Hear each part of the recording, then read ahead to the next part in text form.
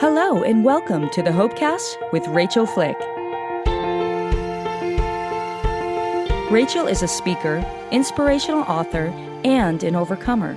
As Rachel is walking through her own journey of grief, she's challenging others to persevere and overcome their own circumstances. Find out more at rachelflick.com. Here now is your host, Rachael Flick.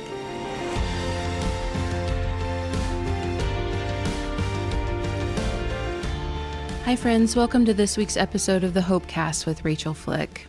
Today I am really looking forward to bringing you one of my dear friends that I have become close to through the loss of Micah, through her loss where she also can relate. And I think you understand when I say that when you're in the Widow Club, someone who just gets where you are has the place to become a really precious person to you. And Rachel Swasey is one of those people in my life. And so I want to invite you to come along for this conversation that will be very friendly and organic, and we're just going to follow this and see where it goes. But Rachel, I would love to introduce you here on the podcast. Welcome to the Hopecast. Hi, Rachel. It's so good to be here. Hey, I'm so glad we could do this. And I love it because I know that in the past when I first started, you were like, nope, not going to be on the podcast. And so I feel like we've come a long way and had many conversations with each other that we're ready to just have a conversation here. I remember myself as so much more kind than you do. I always remember you as kind, just firmly boundaried, which I want to talk about later. So, Rach, tell me a little bit about your family and your marriage to Garrett, how long you guys were married. Sure. Well, right now I have two teenagers, but when my husband passed away, I had a 10-year-old and a 6-year-old.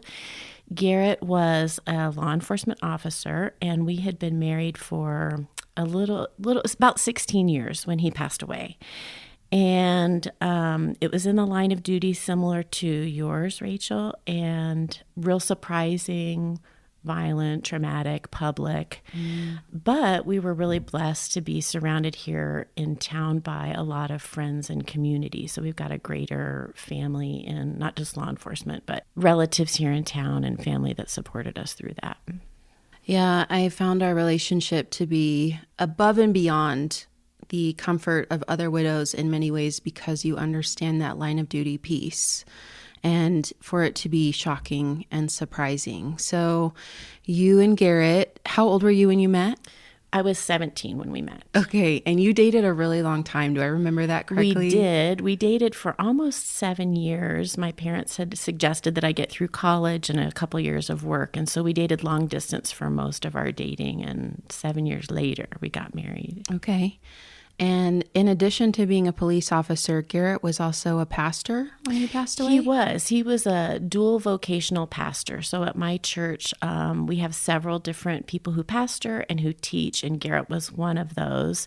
So he would teach, I'd say max of twice a month on a Sunday, with doing some other pastoral tasks. So yeah, definitely important part of our church life. Yeah, that's a lot, twice on a Sunday. Absolutely.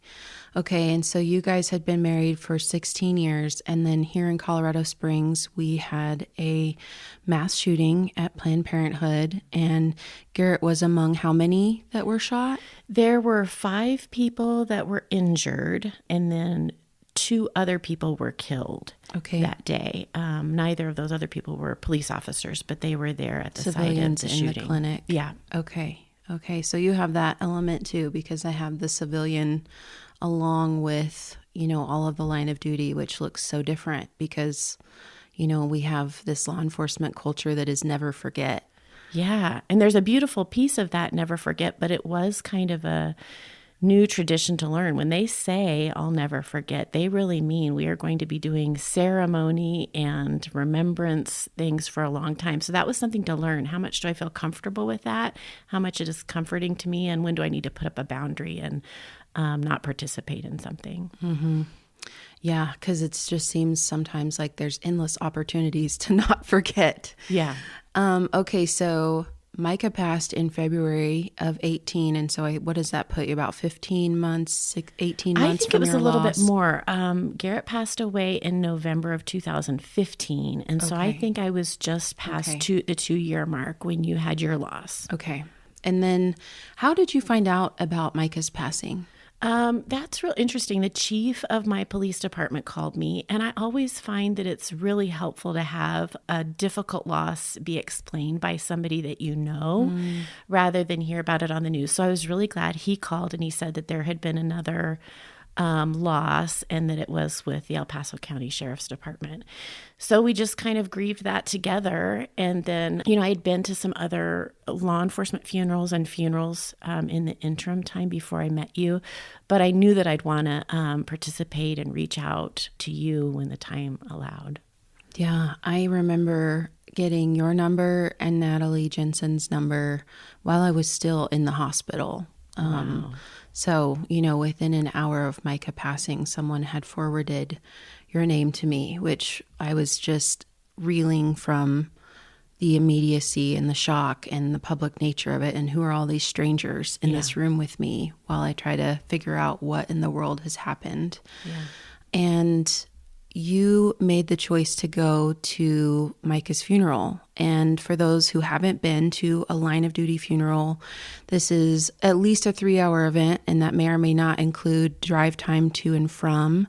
Rachel and I have made the drive to a funeral that was at least an hour away for the Boulder shootings. And so that's included. And then you need to get there early for all of the ceremony that's included in that. And then there is a lot of music and a lot of tradition that can be really triggering. So I think going to anyone's funeral after a loss is really hard, but going to a line of duty funeral is unique. Can you talk a little bit about that decision? Sure. What was significant about going to Micah's funeral for me was it was held in the same church building. So we both had our husband's memorial service in that same church.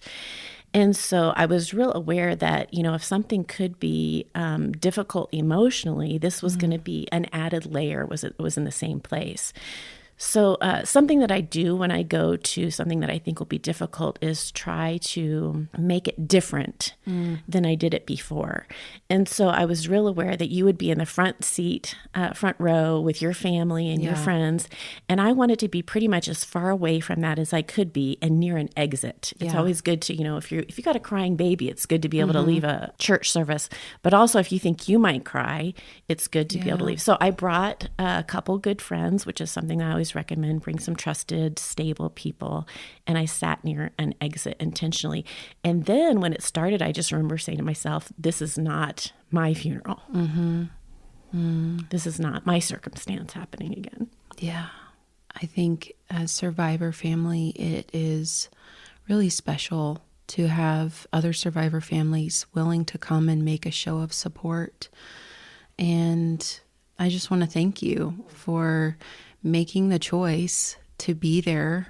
It was snowing the day that we had Micah's funeral. It was an exceptionally long service, even longer than other line of duty funerals that I've been to. And now having gone to them, I know what the cost is to be a survivor family at a line of duty funeral. And so thank you, Rachel. Yeah, thank I do think, that. you mentioned boundaries. And for me, it is important each time I have an opportunity to step into somebody's life through their loss. It is important for me to weigh, is this the right time for me to step in with this person? So I don't attend all of the line of duty funerals. Sometimes it's just as important. I can serve that law enforcement family better if I don't go and if I reserve my emotional energy and then step into their life a little bit later.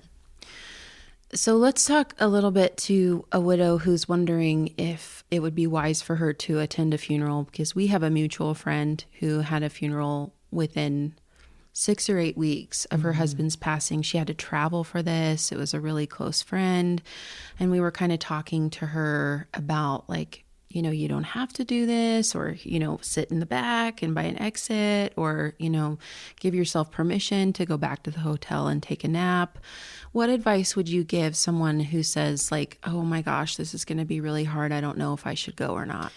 I think there's this old adage that says, after a significant loss, try not to make any significant decisions for the first year. Like that's really possible, hard. right? It's Your really life hard. is upended and changing. Like you could really make that happen. But something extra that's going to cost emotional energy that you have the option of opting out on for the first at least 6 months, I'd say consider heavily not going. If you decide to go in spite of me or somebody else saying that, that's okay. You will figure out for yourself. I won't do that again. Yeah. So sometimes we learn from our mistakes that we have a gut feeling that says I should do this for myself, some self-care, or I shouldn't do something for myself. And we learn if we don't heed that warning that you're going to heed it next time because it ends up a little too messy for everybody involved. I'm laughing because I'm remembering the first wedding that I went to after Micah passed away, and it was about 4 months out. And it was a cousin that he was close to growing up, and I felt like I needed to have a show of support and be there for the family. And I was like, I could feel my body putting on the brakes even while I was trying to supersede my emergency braking system, right? Like override it. And as the evening went on, I got more and more emotional and just being in the presence of other people. And there was a time when the song that was our song that Micah and I had came on for their wedding. And I was just lost it, right? Like go to the bathroom, sit on the toilet and cry. Can't be here, and then I had all of the very well-intentioned people like following me out of the room. And I'm like, oh my gosh, I'm really going to lose it, and it was after the mess that I made of that night that I was like, I need to have an emergency support system in place where if I get into especially a gathering where I'm like, I need out now. Yes. Where I can have people who've said, I'll come and I'll pick you up. Yeah. And it's so funny that inner gut feeling that you had that was putting on the brakes. Your body could have just said the opposite. Sometimes your body is really encouraging you to go to things. Go ahead and make that doctor's appointment or go ahead and try something new. And that's good to heed too. So you could just as easily have gone to a wedding if your body wanted you to and felt like it was really good to connect with family and you got a lot of support and you had a meaningful connection and you feel a little refueled. So I think the most important thing is to just kind of listen to your gut and quickly. Yeah. And I think about you and I are both very like gut centered and we have a strong reliance on our intuition. And we've used that, I know, for both of us to make a lot of decisions about when we are and are not ready for something. I remember people telling me, you'll know when you're ready. And in the immediacy of grief, I was thinking, well, when the heck is that? And yet, I had to move 6 months after Micah passed away because we didn't have our own home at the time. And I was not ready by any means to take apart his closet and the way that he had kept his keys and his wallet and, all of those things. I was not ready.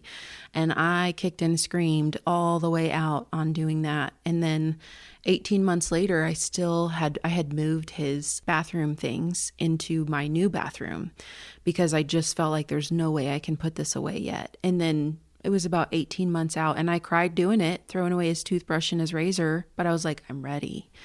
And so I know that for us, that intuition can be pretty powerful. And I think that everyone has access to it. I think for some people, it's going to be making a logical pros and cons list and just deciding and then making a logical exit plan, like you said.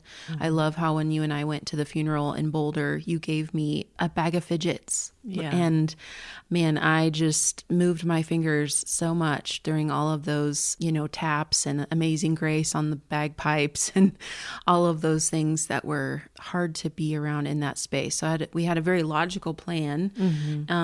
And I think that there's a new level of permission that every widow needs to be told widow and widower needs to be told that they're allowed to institute.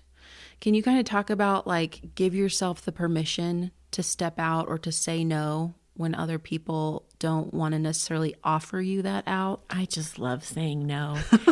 As far as permission, let me say that I do think we get kind of blanket permission in that initial few months, you don't have to worry so much that you might say something or do something that's not socially appropriate. You get kind of a blanket card that says society will sort of say she's in her grief, deep grief, and we understand that she said something out of character or she acted in a way that wasn't ideal for the social situation. So you don't have to worry too much that you could lose it and upstage somebody else's funeral. It's okay. People will cope with it. As far as saying no, I just think, along with that idea of us not wanting to take on too many decisions, as many things as we think are needful for us to do, or somebody else might present to us is needful for us to do, I'd say we need to toss out at least 50% of that. Okay. If you, for example, think you need to fold the laundry, that's really an optional sport that some moms participate in, some dads participate in, but it's perfectly fine to have wrinkly clothes for the next 18 months. You don't have to have clean clothes. You don't have to brush your teeth. You don't have to make a doctor's appointment. There's a lot of things that we think of as needful. We're used to them. Some of them can be very good to do. But in this stage, you just need to give yourself permission to cut way back on what you expect of yourself. I think we're often the ones we have to say no to the most. We put a whole lot of expectation on ourselves. And so saying no to about half of the things is good. Yeah, I always say widows are flaky because it's like they want to commit to something up front, and then something's going to come up the day of, or their kid's going to get sick, or their car had an issue, or they just couldn't get out of bed, and they're going to not show up to something. Yeah. And I know you and I have an expectation that we might make plans with fellow widow friends, and they may or may not be there on the day that we actually made the plans for. And they may be very good at keeping plans usually, but they don't really know themselves in this new state. So they might be usually very timely, very organized, very dependable, but just for this stage, they are going to be needing to cancel plans and maybe forgetting that they were supposed to cancel and just not showing up. That's always me. Very okay. I no-showed like so many people. People be like, are you coming to the meeting? And I'm sitting on the couch in my pajamas when they call, and I'm like, I guess not. Like that just completely escaped me. Yeah. Even if I've had it written down, sometimes I feel like maybe my subconscious even cancels me because now I'm almost 6 years out, and I've got a really cool like calendar that my kids and I share that sits on our countertop, and we can all enter our events into it and stuff. And some, like last week, 2 weeks ago, my daughter, so, you know, I've been in this series of surgeries and medical events and really fatigued. I had this event that was in there, and my daughter even said something to me on the way home from school because she's looking at the calendar on her phone, and I blanked it out that she said that. And then I get a FaceTime call from my friend, and I'm like, oh my gosh, it's my friend. I love this friend. And she's like, so are you coming? And I was like, oh no. Like I was so tired and overwhelmed and fatigued that I just like unconsciously canceled myself, even to the best of my abilities. And my friends were so kind. You know, they were like, well, let's FaceTime so you don't spend the time driving, and we'll just include you in this decision-making meeting that the five of us were going to have, and we'll just change it on the fly, which is so good to be flexible and allow yourself an immense amount of grace. Rachel, one of the things that I notice that is kind of shocking or jarring for a lot of widows is that the people who are closest to them are sometimes the ones who have the most unrealistic expectations of what they should be capable of. And I was wondering if you have any things you heard of. I remember you told me you heard of, you know, siblings fighting over somebody's sweatshirt, you know, or things where you're supposed to celebrate the holiday this way with us doing this. Like, can you think of an example or two where we really have to put the boundaries into practice with people who would not otherwise give us the grace that we need? I want to say that we should start that grace cycle with ourselves, because we're often the ones that are harder on ourselves. If you've got a difficult friend or a difficult family member and they say something hard to you, you will repeat that over and over to yourself. So we have to start giving ourselves grace about all the things that we're expecting of ourselves, that we can manage all the things that we used to manage in this tough season. I do think that this time, right after the loss, is like a pressure cooker for all the people in your friend and family group. You're all experiencing some very deep emotions in very close quarters. You're collaborating on more things than you ever have to try to put together a memorial service. This is way more complicated than just hosting a Thanksgiving dinner together.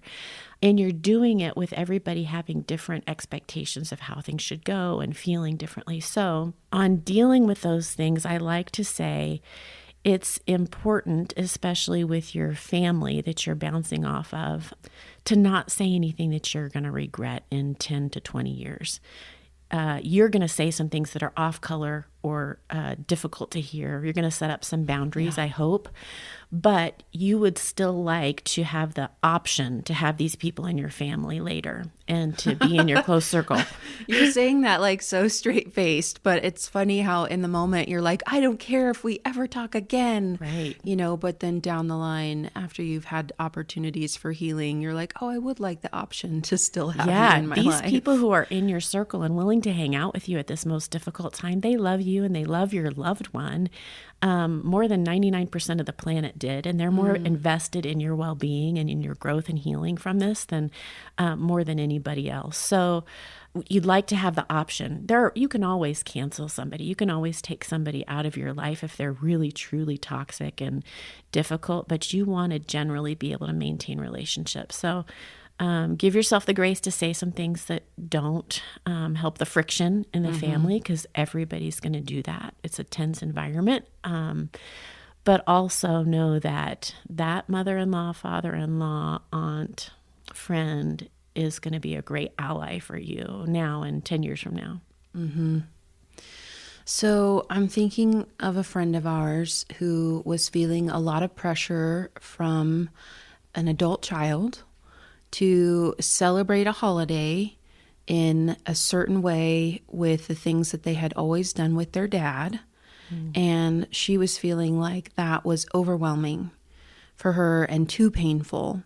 So what advice would you give somebody who's in that situation as some options? Because you are a great person to reframe a situation. That is one of your great gifts, is the ability to look at something through a different lens and help someone else do that as well.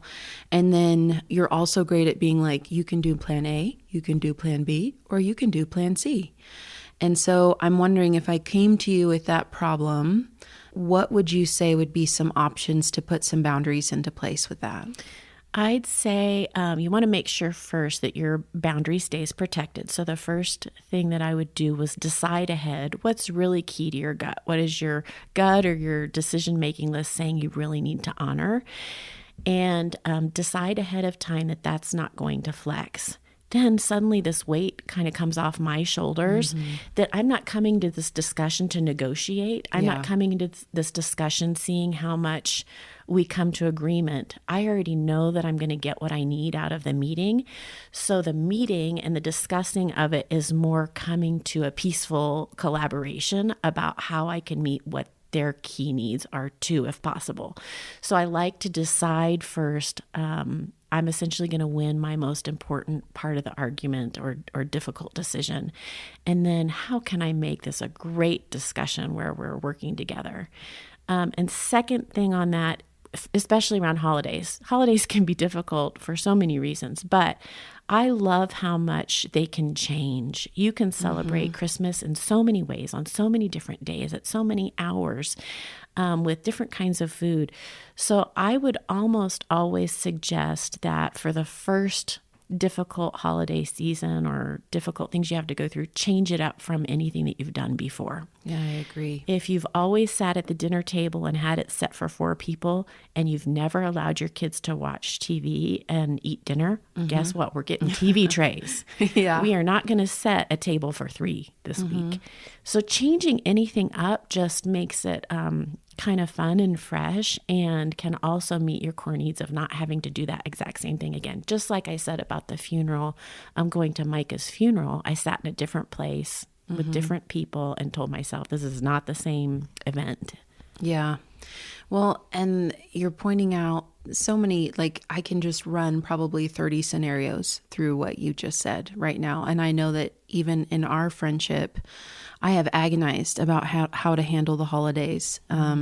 And Micah's family has a large number of people in it, a large presence here in Colorado Springs, and they want to honor him and celebrate him on certain days and with certain traditions. And so I've really wrestled at times with how to manage, like, I will be so achingly, gapingly single without Micah in his family celebration, without him by my side. I cannot fathom doing this thing that we did for 10 years while we were married this year without him. I can't do it. And I really had to sink into the wisdom that you're offering, that in order to survive the intensity of the just, if you could do a tsunami and a whirlpool, right, where it just keeps going like a cycle of pain, there's going to have to be things that you do differently, people that you disappoint, yourself that you don't meet your own expectations of.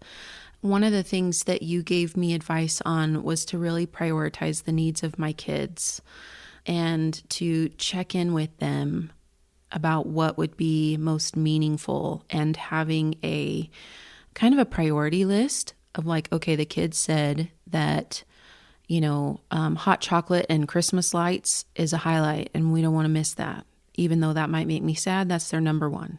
And so I'm going to flex with what I need to help them with their grief. And then yourself, and then, family, friends, traditions, cultural things, expectations, and kind of descend from there. Can you think of a time when you changed something up and we actually celebrate, or I don't know, it's not quite right. We honor or make note of the line of duty time. And for me, and I don't know if it's the same for you, Rachel, like Micah's loss isn't a day, it's at least a week to 10 days. Do you have some of that where it was like, and then on this day we did this processional, and then on this day we did this funeral, and then we did that funeral, and then we did the burial, and then we did like, it like was such a large grouping of events? I think my experience and how I've coped with that is a little different than yours.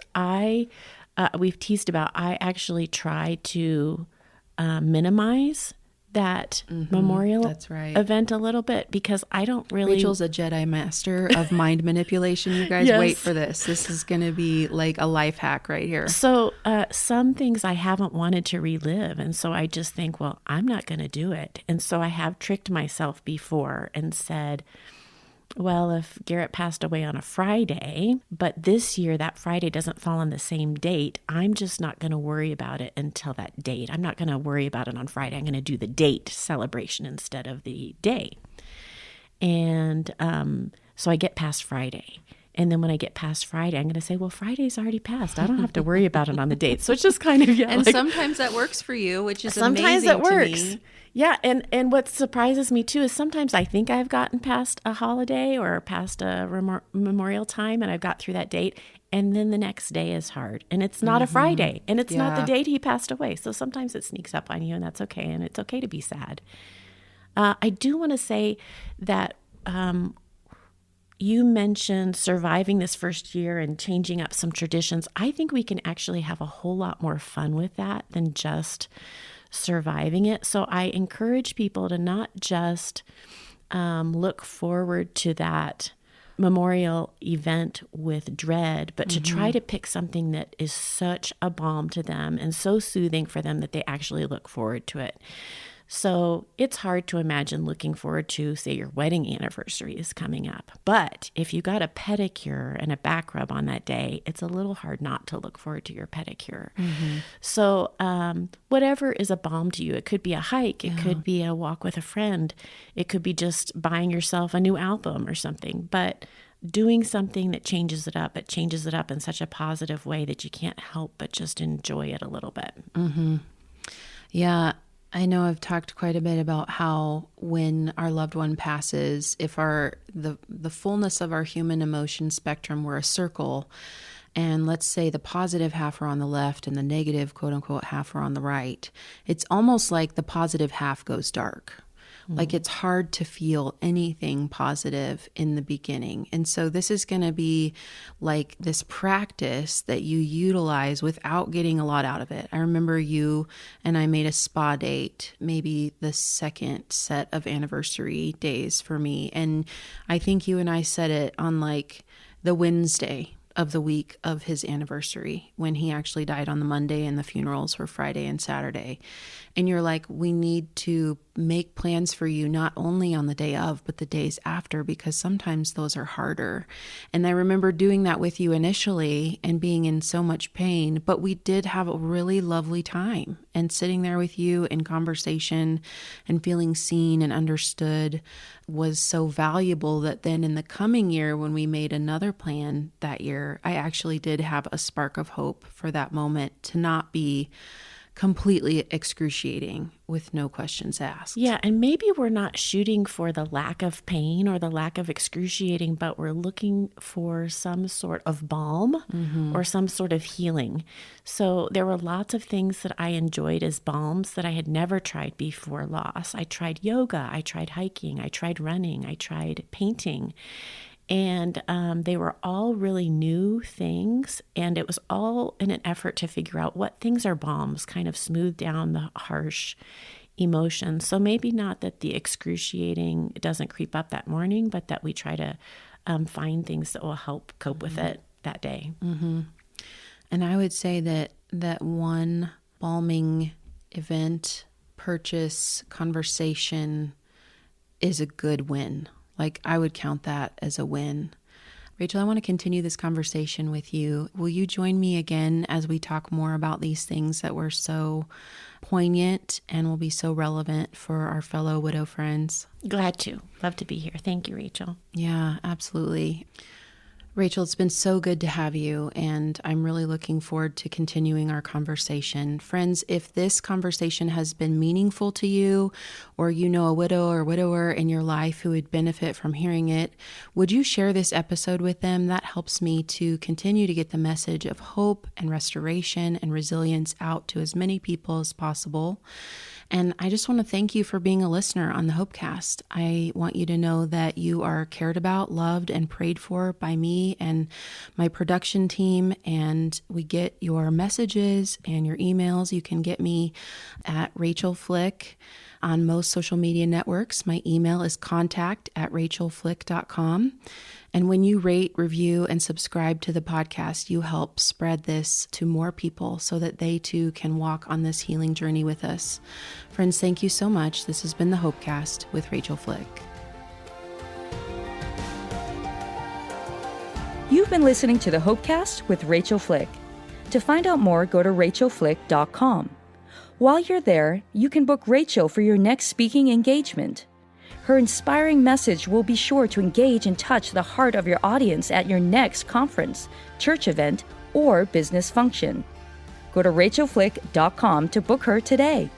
While you're online, you can discover more information about all of the platforms that this podcast is on. Also, be sure to click on the social media icons at the top of the page, and you will be directed to Rachel's social media sites.